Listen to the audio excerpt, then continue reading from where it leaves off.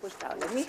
Najprej bi se želeli najlepše zahvaliti gospe vodji fakultetne knjigarne, gospe Maji Avsenik, za prijazno povabilo in za to možnost, da peljemo nov ciklus, ki smo ga poimenovali Pravice ženske in spregledane umetnice. Danes bomo v tem okviru predstavili dve knjigi. Eno z področja pravic ženske, drugo z področja spregledanih umetnic. Hkrati pa bomo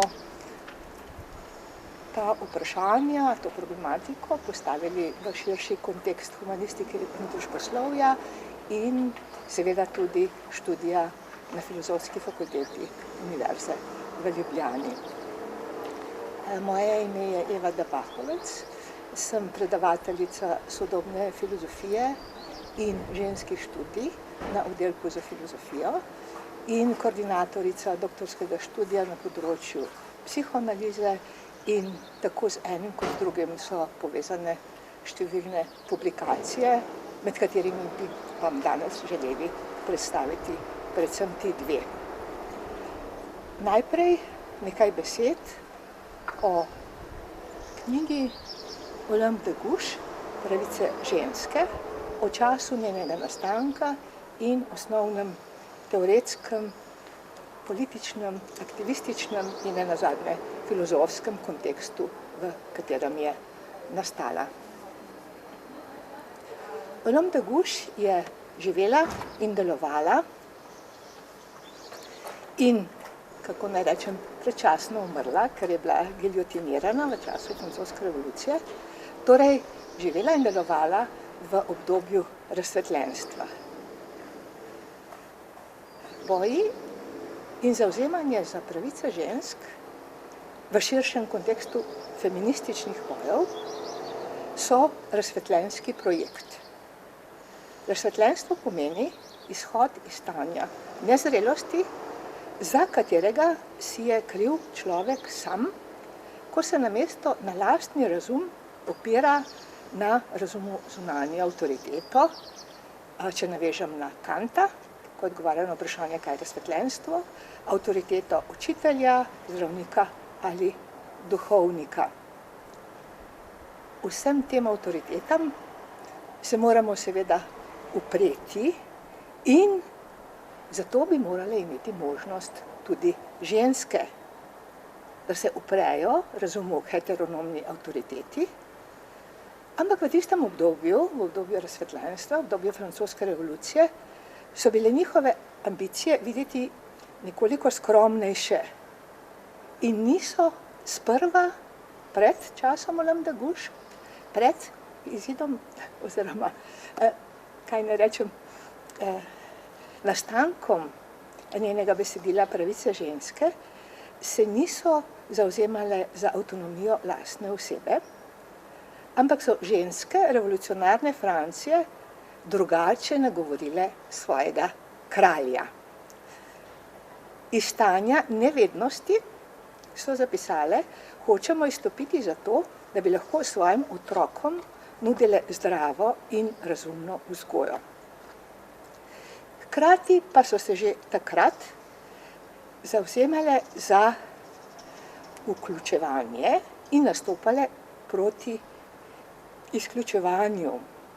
Ženske so utemeljevale svoje zahteve prav z mesta izključenih. Citiram iz enega takratnih pamfletov, kako naj se vzpostavi nov družbeni in pravni red, ko pa je polovica naroda iz njega izključena. Konec citata. Prvo pravo, osnovno vprašanje je torej izključitev žensk, kot so zapisale in poudarile. To, gospodje, je problem.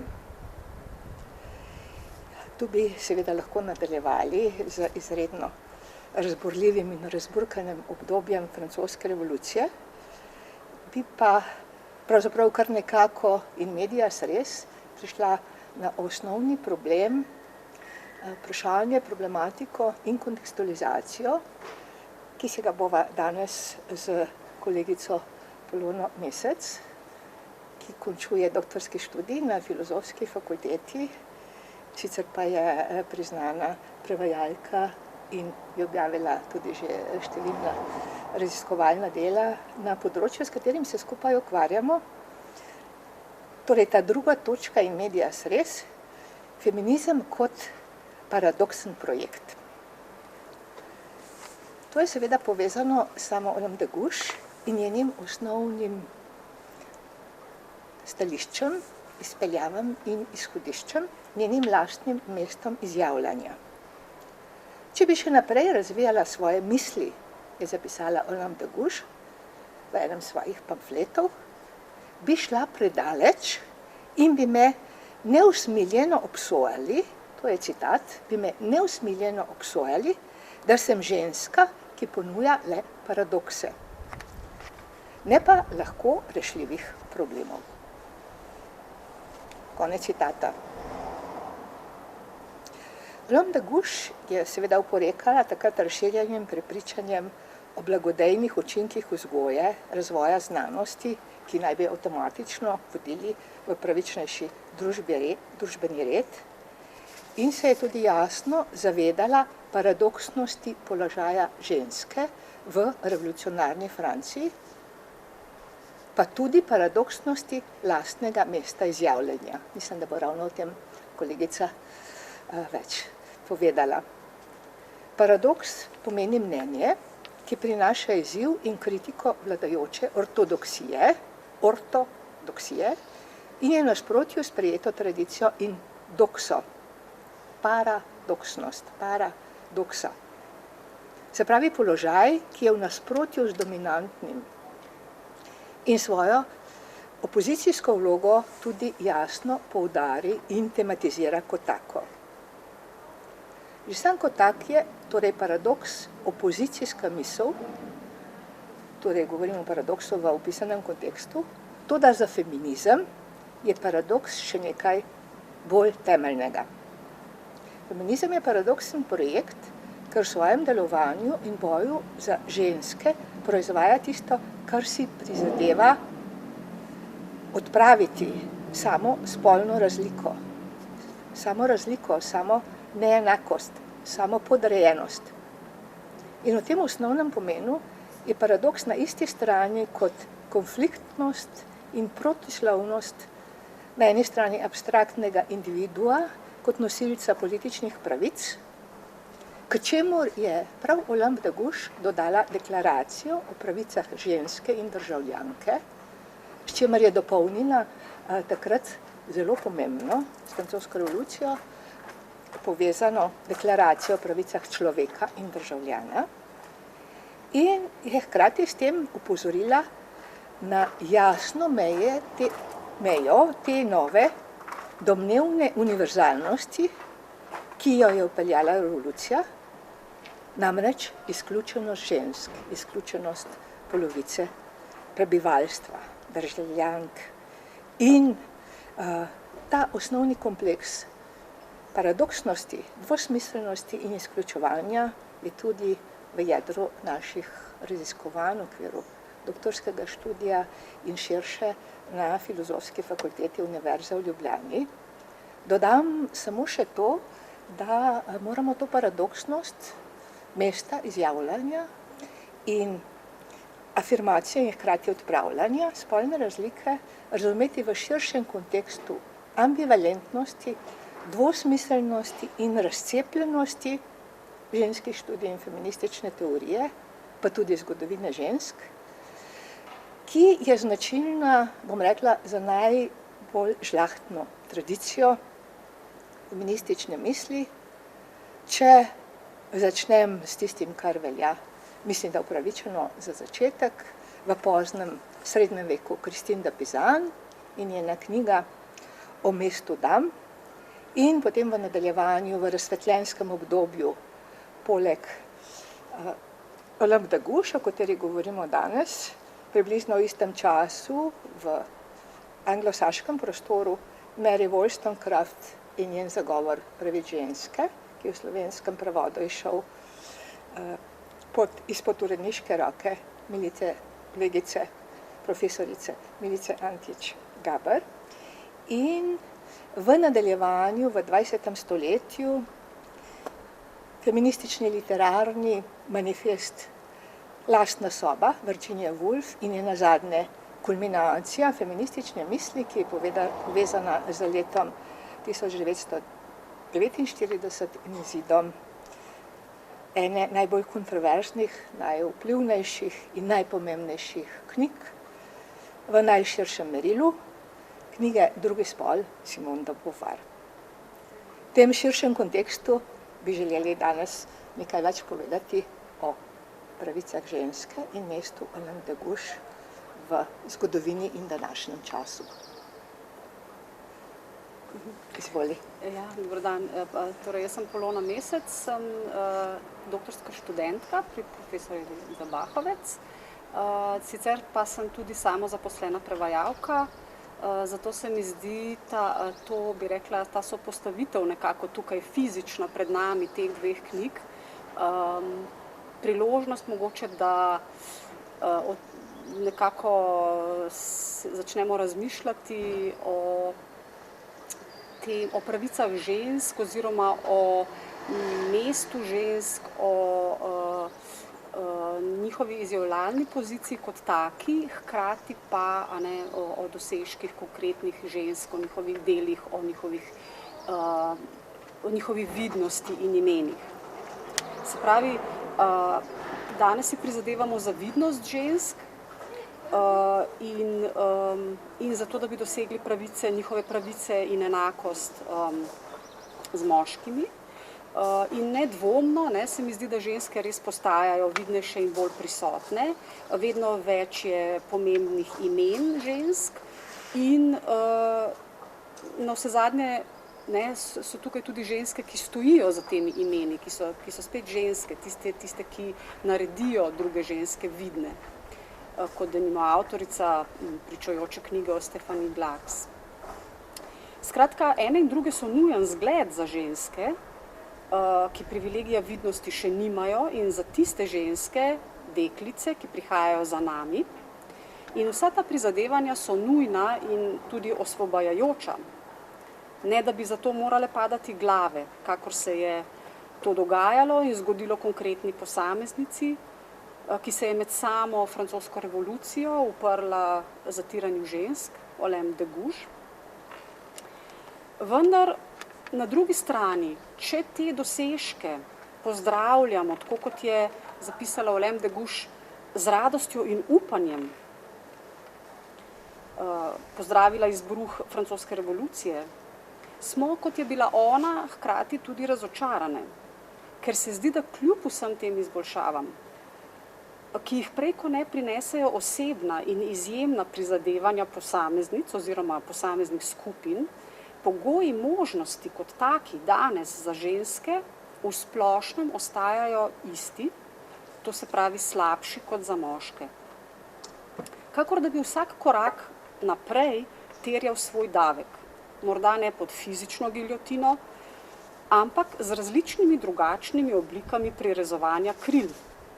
Naprimer, z nelagodjem glede vprašanja ženske in njenega spraševanja o sebi, pa tudi s prekarizacijo, repatriarhalizacijo, obujanjem in ohranjanjem mitov o idealni materi in družini in ne nazadnje o idealni znanstvenici, filozofinji, umetnici, ki se mora tudi danes kar najmanj oddaljiti od ideala ženske.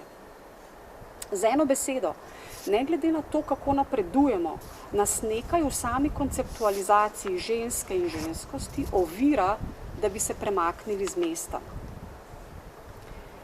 In tukaj se torej postavi to vprašanje, ki ga je zastavila že Simone de Beauvoir, ali je to dovolj?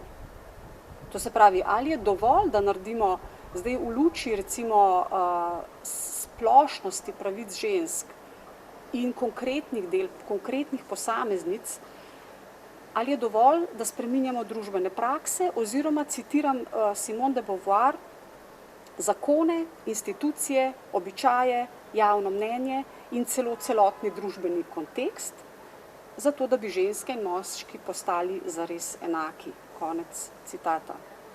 To se pravi, če ne prevprašamo same ženskosti, ženske kot ne nazadnje filozofskega koncepta, ali tako ne reproduciramo znova tistega, proti čemur se, kot trdimo, borimo.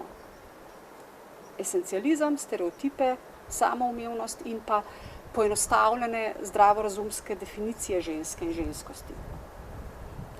Namreč tisto, kar ostaja nerazrešeni problem, kljub izkopavanju ženskih imen iz prezrtosti in iz zgodovine, je spolna razlika med moškim in žensko kot taka.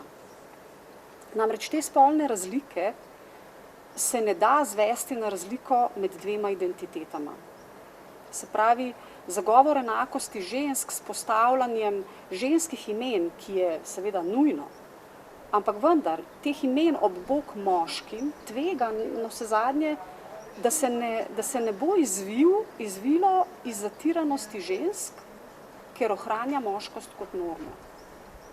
Problem je torej sama odsotnost problema in ne možnost zastavitve vprašanja spolne razlike. In zdi se mi, da se danes, če zdaj zaključim nekje ta prvi del, ki se nanaša na samo spolno razliko, potem lahko to še poglobimo,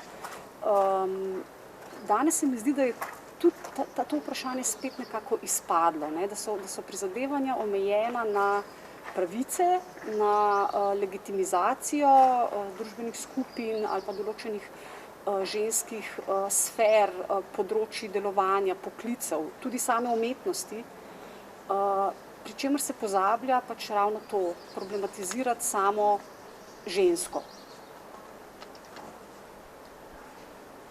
Mogoče. Najlepša hvala za to nadaljevanje naših začetnih izhodišč.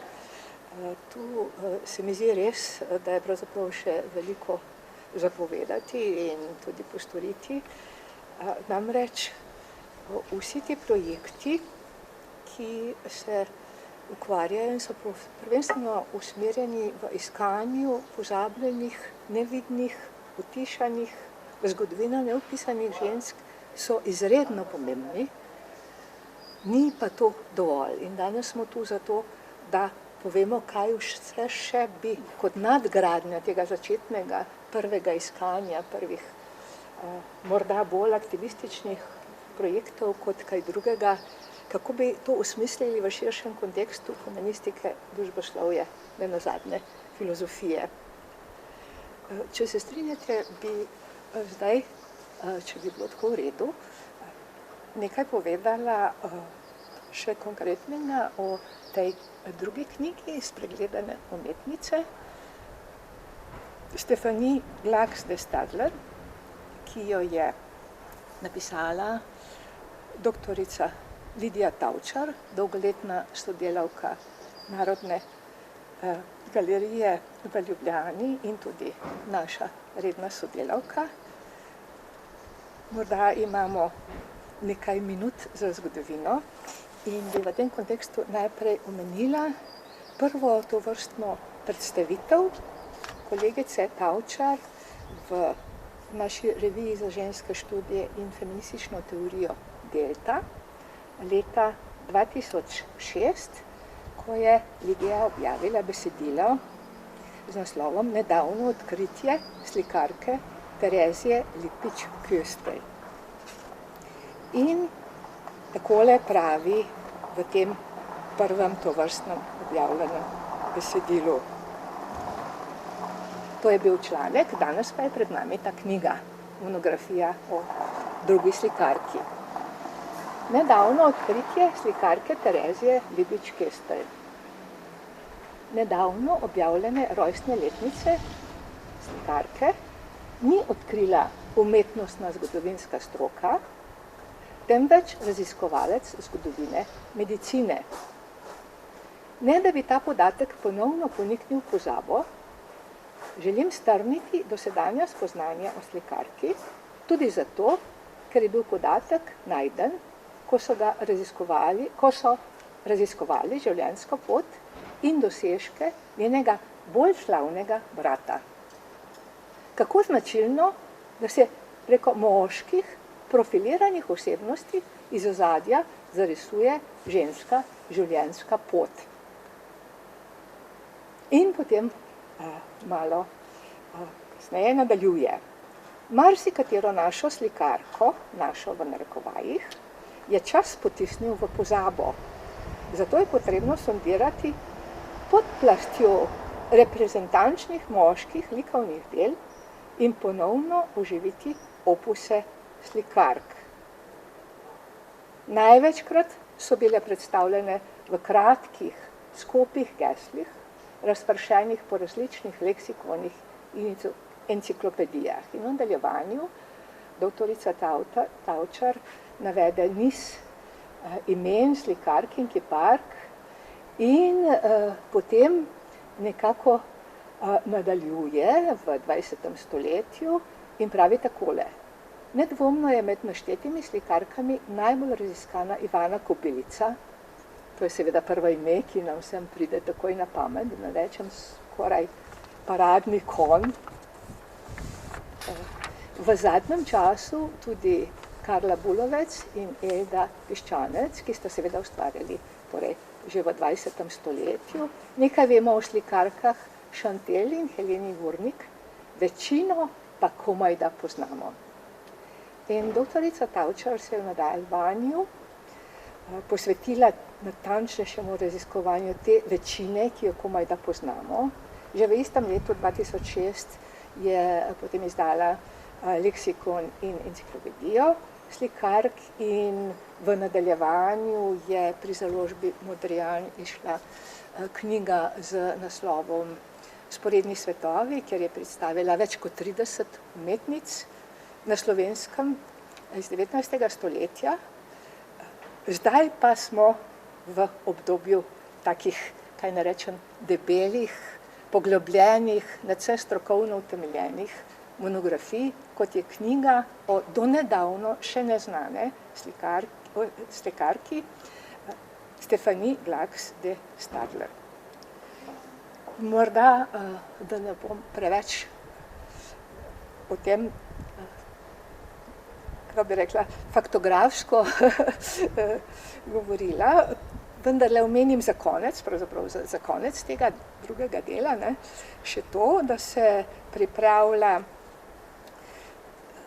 v Grazu razstava, slikarska razstava, umetniška razstava z naslovom Ladies First. Ženske umetnice na Štajerskem od leta 1850 do 1950, kjer bomo lahko tudi vsa ta umetniška dela videli razstavljena. Ja, morda bi dodala še to, da torej dostop žensk do umetnosti se tukaj kaže kot nekaj, kar ima slabše pogoje kot dostop moških. Že Virginia Woolf, mislim, da je v lastni sobi rekla, da seveda svet tudi moških ne sili, ona je imela v mislih pisatelje, da bi ustvarjali, da bi pisali in se morajo na tej svoji poti v bistvu pomeriti s svojimi predniki, s svojimi očeti, kot reče. Vendar so zato v družbi že nastavljeni neki mehanizmi. Medtem, ko je za ženske ustvarjalke vse še toliko težje. Zdaj, kako jemati skupaj dela konkretnih žensk, hkrati pa razmišljati o njihovem paradoksnem položaju, ki nas ves čas sili, da bi izbrali med enim in drugim, med enakostjo žensk in med njihovo spolno razliko, različnostjo od moških. To se pravi, če si prizadevamo samo za eno ali drugo, izpustimo področje in v tem primeru, torej eno ali drugo področje, in v tem primeru je izpuščeno skoraj tako kot same ženske, področje kritičnega raziskovanja spolne razlike, ki bi moralo potekati vzporedno, kot sem omenila, z izkopavanjem spregledanih imen iz zgodovine. Namreč, Kaj je ženska? Že Simone de Beauvoir je ugotovila, da jo ne moremo zajeti v nobeno definicijo.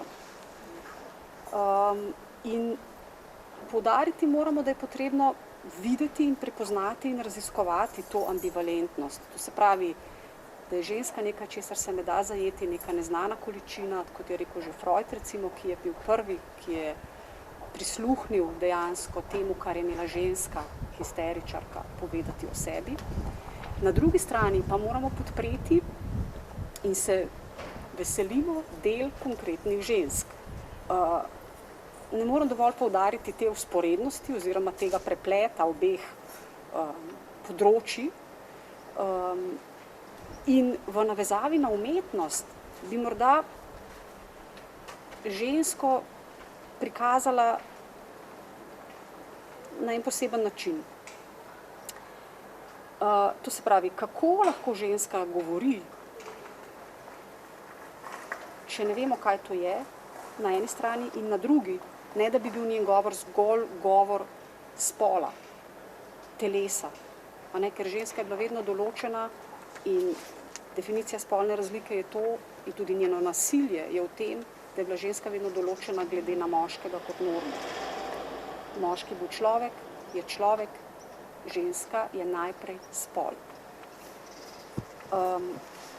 In v tej spregledanosti in odsotnosti avtonomne konceptualizacije lahko ženskost vidimo in žensko kot neko specifično norost, odsotnost smisla in produkcije. Tako je to prikazano, tako se to kaže v civilizaciji. In v tem smislu so ženske na podobni strukturni poziciji, kot jo je opisoval Foucault, ko je v svoji zgodovini norosti želel dati norosti besedo.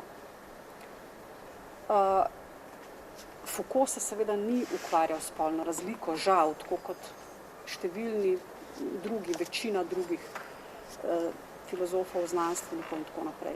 Domala vsi. Ja. Da bi morala brez besede domala to povedati.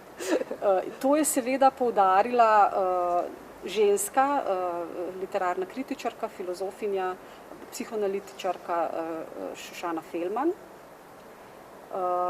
tudi feministična teoretičarka.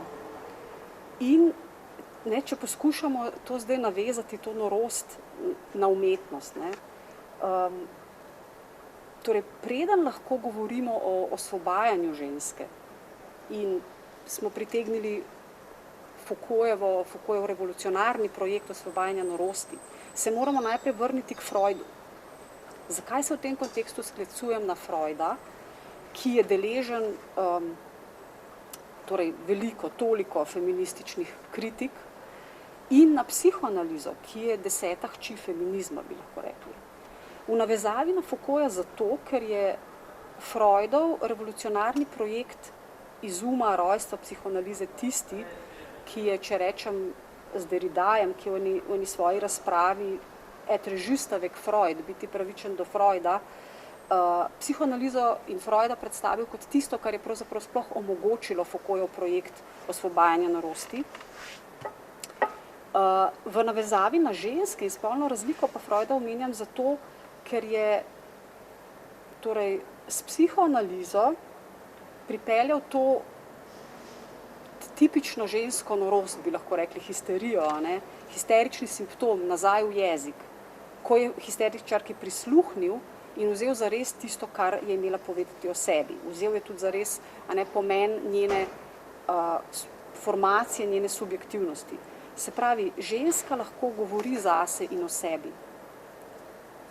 Čeprav je, bi rekla, utišana v zgodovini, ne samo spregledana s svojimi deli, gre za to, da je tudi ta njen glas vedno vezan na to, kar, torej njeno strukturno mesto izjavljanja je vedno vezano na njen spol. Ne more biti univerzalno. Seveda Freud je živel v svojem času in ohranjal svojo patriarhalno pozicijo in tukaj je feministična kritika povsem na mestu. vendar je psihoanaliza in ta pogled na žensko pomemben, zato ker omogoča neko sočasnost, torej ker priznava in pripoznava to ambivalentnost in omogoča neko soobstoj odsotnosti in prisotnosti, pozitivnega in negativnega. In Freud je v svojem proučevanju seksualnosti, nespolnih praks in pravic in identitet, ki so danes tudi upravičeno izpostavljene, vendar to ni dovolj. Freud in psihoanaliza je izpostavila žensko seksualnost in subjektivnost kot posebni, kot problem. To se pravi, to je zdaj ta problem, do katerega sploh ne moremo priti, na večini drugih področij. No in umetnost se mi zdi, ker bi rada prišla onstran samih imen, onstran teh konkretnih žensk, ki so seveda tukaj z mano vred. Umetnost se podobno kot psihoanaliza in ženska umešča v ta ambivalentni, paradoksni prostor.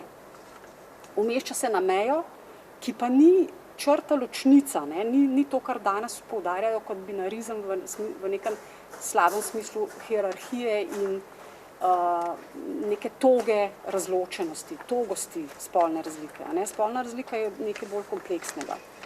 Torej, če postavimo umetnost kot prostor vmes med odsotnostjo in prisotnostjo in kot je izpostavila Šošana Felman recimo za literaturo, med pozitivnostjo in negativnostjo, med berljivostjo in neberljivostjo, med smislom in nesmislom, lahko vprašamo, kakšno je zdaj razmerje med žensko umetnostjo in to posebno žensko norostjo.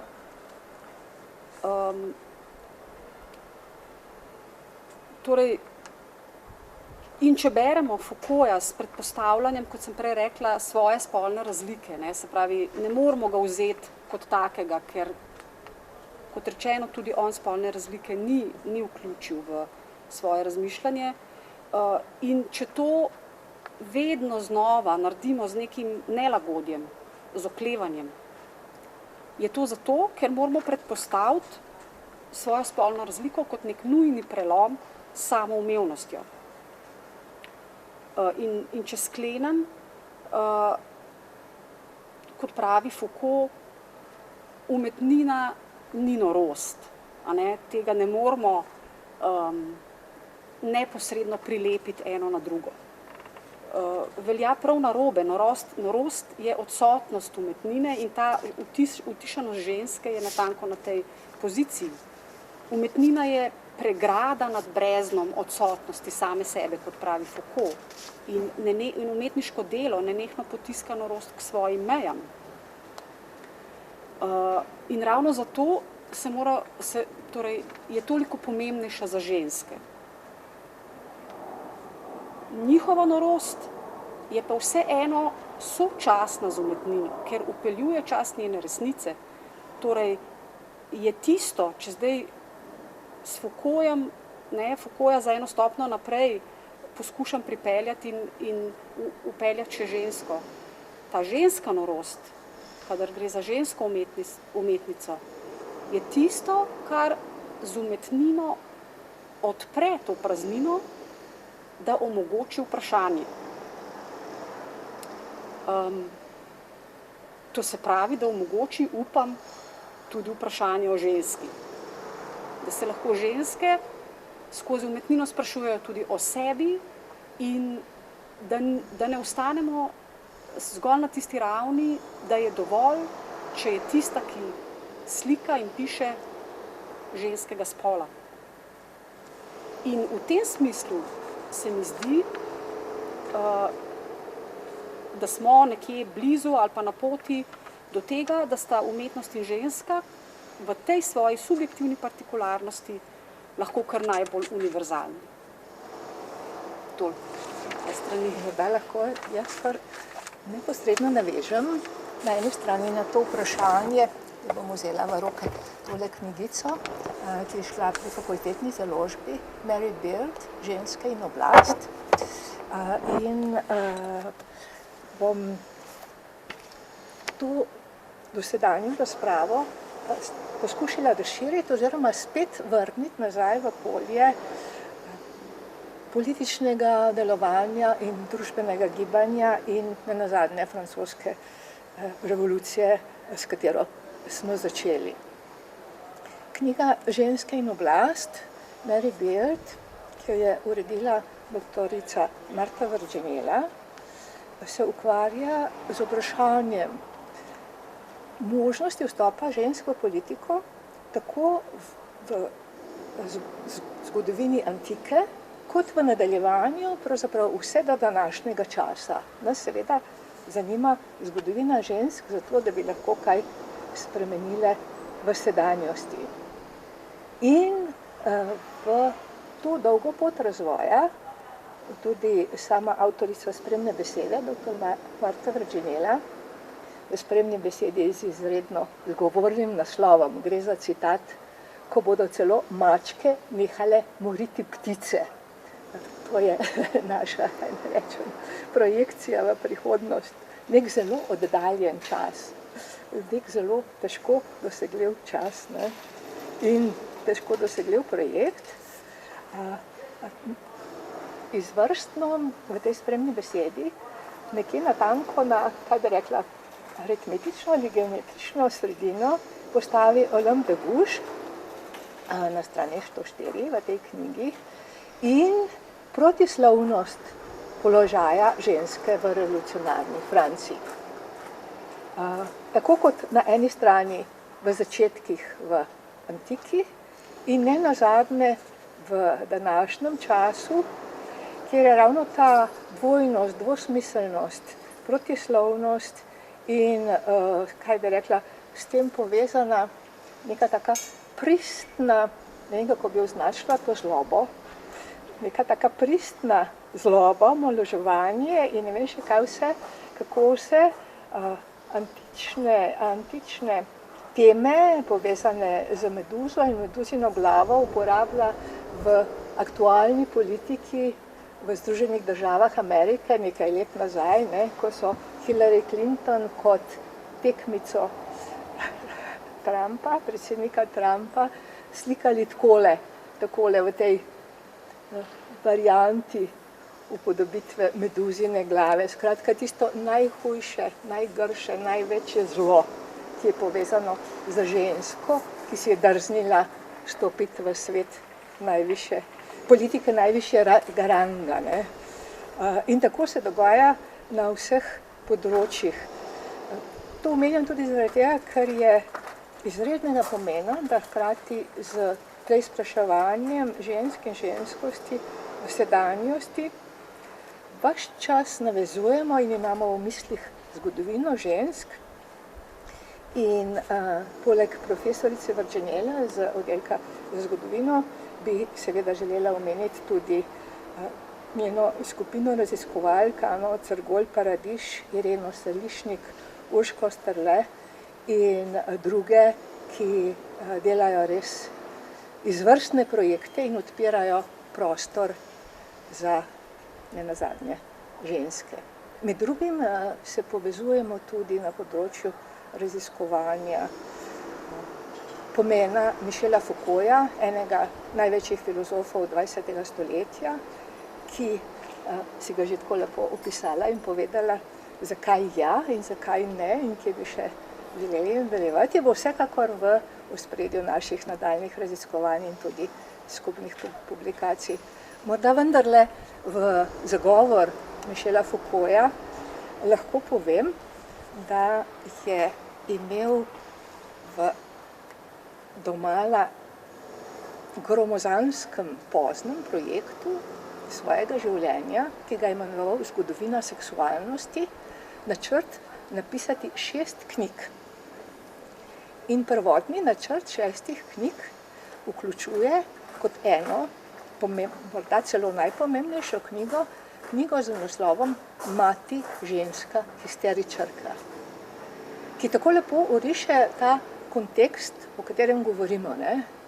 Ali histerija kot nemožnost ustvarjanja, kot utišanost, kot neka temeljna odrinjenost in izključenost, ali na drugi strani možnost kreacije, umetniške, znanstvene, filozofske, literarne, vstopa v politični svet in vse, kar je s tem povezano, ali na drugi strani ta večna alternativa, ne?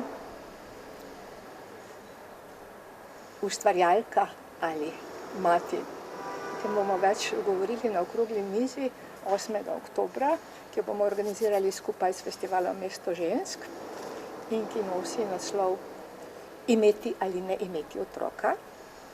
Vljudno vabljeni in vabljene. Zdaj bi pa morda še, če smem za konec, oziroma za iztočnico za tvoje nadaljevanje, se vrnila še k temu osnovnemu problemu, tej alternativi. Ustvarjalka ali histeričarka ali mati, oziroma k širšemu kontekstu, ki je s tem povezan. To bi morda lahko menila že prej, ko sem govorila o paradoksnosti. Ponudim vam lahko le paradokse, ne, pravi Alain Perouche. Ta paradoks ima še mnogo širše razsežnosti. Je nek ponavljajoči vzorec, ki zahteva drugačen način branja. Drugačen način branja od tistega, kakršnega so vajeni zgodovinarji, od tistega, kakršnega so vajeni filozofi in Michel Foucault na meji med enim in drugim, ne? In nenazadnje Jacques Derrida, veliki filozof 20. stoletja, s katerega tudi lahko v tem kontekstu izhajamo. Zavedati se moramo, da so bili feministični paradoksi po večini dojeti kot posledica osebne zmedenosti, osebne norosti, osebne histeričnosti, osebne kaotičnosti in povezani s prepričanji, da so nerazumne in nevarne tiste ženske, ki so se zavzemale za pravice ženske in da so nekakšne ženske moški. Olympe de Gouges, nenazadnje, so Jakobinci usmrtili zaradi njene pretirane imaginacije. Hubertine Auclert iz časa Pariške komune so primerjali z meduzo, ki jo je prizadela norost ali histerija, bolezen, zaradi katere je pojmovala moške kot sebi enake. Ob koncu stoletja so Madeleine Pelletier, ki so jo zaradi feminizma obtoževali, da je vir moralnega propada, zadnja leta njenega življenja zaprli v umobolnico. Se pravi, ne, smo v tem precepu in v polju raziskovanj med zgodovino, filozofijo, humanistiko, umetnostno zgodovino, literarno zgodovino in tako naprej, ki postavlja ženske vedno v neko še bolj zahtevno, še bolj razcepljeno situacijo, še težjo izbiro. In v tem kontekstu je morda res najpomembneje, da poudarimo, da tisto, kar se pojmuje in predstavi kot osebno paradoksnost, je paradoksnost družbenega položaja in paradoksnost, ki je posledica dolge, mizogine, ženskam sovražne, antifeministične zgodovine naše civilizacije. Morda bi lahko še zaostrila in bi rekla, da je v družbi, ki je izrazito ali pa prikrito, nikakor pa ne zgolj na videz, patriarhalna, videti upor, se pravi nepodredljivost in ta domnevno osebna paradoksnost, nekaj veliko bolj racionalnega od podrejanja. In da je tu potrebno, kako ne rečem, se upirati oblasti v vseh modalitetah, pojavnih oblikah, na vseh krajih in koncih, kjer se pojavlja, od medicinskega reda preko viktorijanske morale, današnje seksualne morale, ki omejuje ženske na vse mogoče načine, do pravnega normativizma, da ženske ne bi bile toliko vladane. Tu pa navezujem na nekega drugega Foucaulta, na njegovo nadaljevanje projekta razsvetljenstva, na njegovo odgovarjanje na vprašanje, kaj je razsvetljenstvo, ki je povezano na eni strani z vprašanjem, kaj je revolucija, na drugi strani z vprašanjem, kaj je kritika. In na vprašanje, kaj je kritika, Foucault odgovarja, mislim, da z odgovorom, ki je še kako pomemben tudi za feminizem, ali pa še toliko bolj, ali pa najprej za feminizem, namreč ne biti vladan, ne biti toliko vladan, ne biti vladan na ta način, ne biti vladan od njih. Potrebna je neka distanca, torej do raznih pojavnih oblik oblasti in hkrati, to se mi zdi pa, da je pravzaprav v spredju tvojega tudi doktorskega študija in širše raziskovanja, distanca do lastnega položaja, do lastnega govora o ženskah in feminizmu kot potencialnega vzvoda novih oblastnih razmerij. Mislim, da zaradi tega so tovrstne raziskave in doktorske disertacije še toliko pomembnejše. V tej smeri in na tem področju se pripravljajo še druge disertacije, če omeniva še naslednjo generacijo, kolegica Tali Regent, kolegica Sabina Brečko in še nekatere druge, ki se usmerjajo točno v to paradoksnost, v to razcepljenost, v to nemogočo izbiro, če lahko tako rečem. Kako zdaj eno, drugo in tretje uskladiti? Mogoče se tu še kaj vključuje? Lahko samo ponovim, da pravzaprav ne, tako kot tudi je razvidno iz knjige od Stephanie Glacks de Stadler, so ženske seveda močne osebe, imajo različne značilnosti in značaje, a ne, opisuje tudi njihovo ekscentričnost, njihov pogum, njihovo vsestranskost in tako naprej. Ampak zdi se mi, da se prevečkrat prehitro v to ujamemo, ne, in iz česar bi izhajalo, da se je treba zgledovati ravno po teh ženskah, po teh vidnih imenih, ne, medtem ko splošno vprašanje ženske umanjka, ne. To je ta past, ne, ki se mi zdi, da nekako potem krožno potrjuje recimo te izreke ali pa miselnost, ne, ko se spomnim enega podnaslova iz knjige, da je moški lutka v ženskih rokah, ženska je pa lutka, ne, zapisana hudiču. Ne. To se pravi, nekako, ne, se spodbujanje moči na ta način ali pa te moči, ne, pri ženskah ujame krožno v neko krožno razpravo, ne, v bistvu v to, da takoj, ko postane ženska vidna ali pa ko ima neka sredstva, ne, se vprašanje spolne razlike, vprašanje univerzalnosti na strani ženske pravzaprav izključi. Ne. In zdi se mi, da je seveda, mogoče sploh v Sloveniji, pa verjetno tudi marsikje drugod, ta materialna plat, ne, od sredstev do politike, do vsega, kar je na strani tega vidnega, konkretnega, realnega danes tukaj, pravzaprav vedno prevlada nad tem, kar pa pravzaprav stoji v ozadju oziroma je odsotno, med tem, ko se ta, jaz bi temu kar rekla, površinska emancipacija dogaja, recimo. Toliko z moje strani. Za ta dodatek morda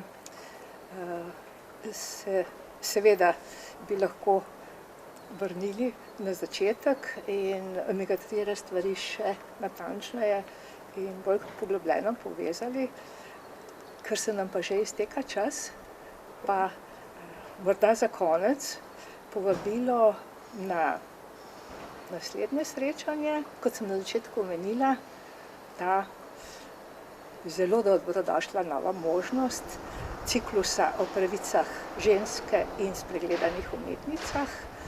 V nadaljevanju bomo postavili v ospredje temo avtobiografije, ker je prav to vprašanje avtobiografije, vprašanje, ki ga moramo zastaviti tu, zdaj, tako v duhu nadaljevanja, odgovarjanja na vprašanje, kaj je razsvetljenstvo in kaj je kritika, kot v kontekstu aktualnih političnih, intelektualnih in, kaj ne rečem, znanstvenih raziskovanj na tem področju.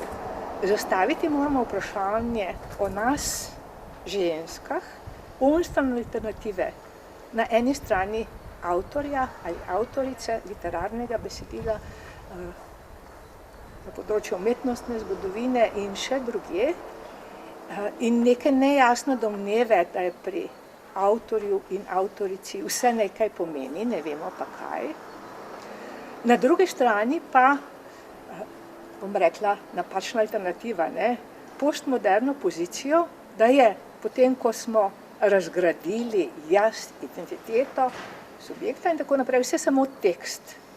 Niti samo notranjost konceptov, zapisanih v besedilu, v knjigi, v kanonu, niti samo zunanjost pogojev nastanka in zgodovinske kontingence. Avtobiografija je zato nadvse dragocena kategorija. Mislim, da lahko rečem, da za feministično misel je to miselna kategorija. Nekaj, kar nam pomaga misliti in hkrati boriti se za. Nenazadnje je to tudi ena osrednjih tem tvojega doktorata.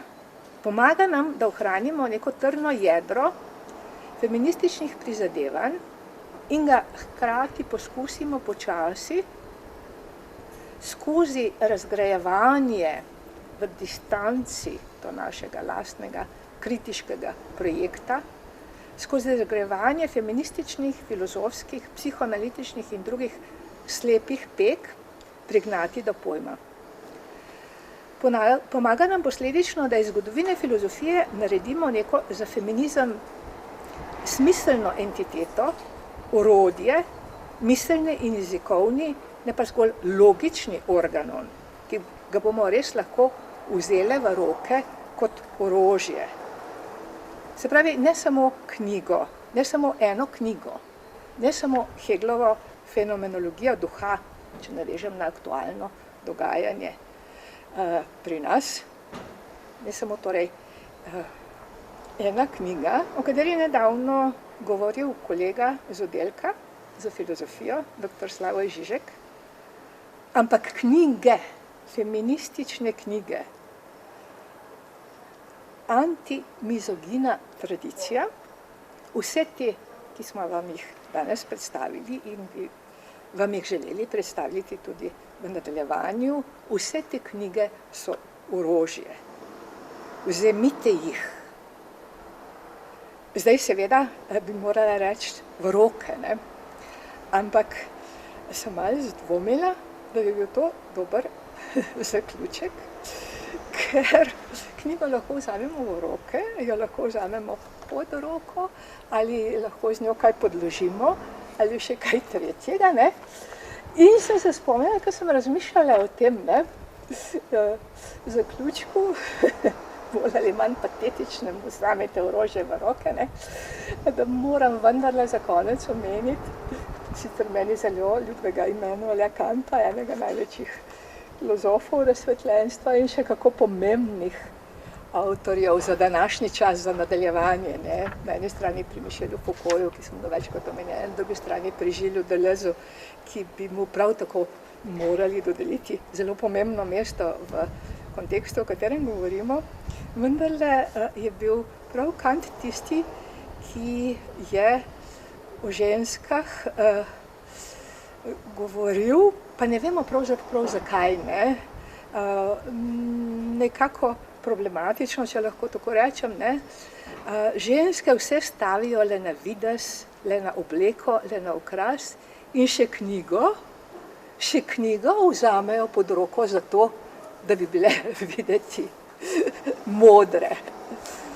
Mislim, da te knjige, ki so pred nami in ki jih bomo predstavili tudi v nadaljevanju v okviru tega ciklusa, so nekaj, kar bodo, upam, predstavile ravno nasprotno.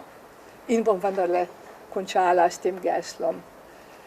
Knjiga je orožje. Knjige so orožje, vzemite jih v roke. Najlepša hvala še enkrat, gospe Avsenik, za to izredno možnost in veselimo se nadaljnjega sodelovanja.